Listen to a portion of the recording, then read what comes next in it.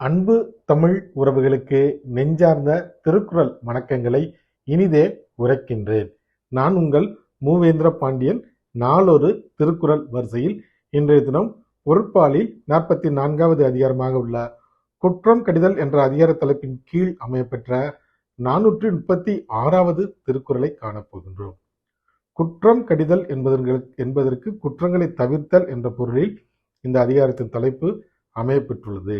இப்பொழுது 436வது திருக்குறளுக்கு செல்வோம். தன் குற்றம் நீக்கி பிறர் குற்றம் காண்கிற்பின் என் குற்றமாகும் இறைக்கு. தன் குற்றம் நீக்கி பிறர் குற்றம் காண்கிற்பின் என் குற்றமாகும் இறைக்கு.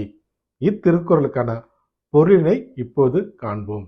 முதலில் தன்னிடம் உள்ள குற்றத்தை குறைகளை நீக்கிவிட்டு அதன் பிறகு அடுத்தவர்களின் குற்றத்தை காணும் தலைவனுக்கு எந்த குற்றமும் வந்து சேர்வதில்லை.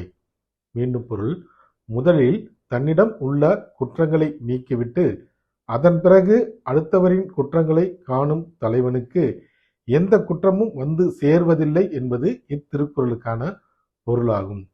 வள்ளுவரின் வழியினை பின்பற்றி வாழ்வில் வெற்றி காண்போம். வாழ்க தமிழ், வளர்க தமிழ்நாடு. நன்றி, வணக்கம்.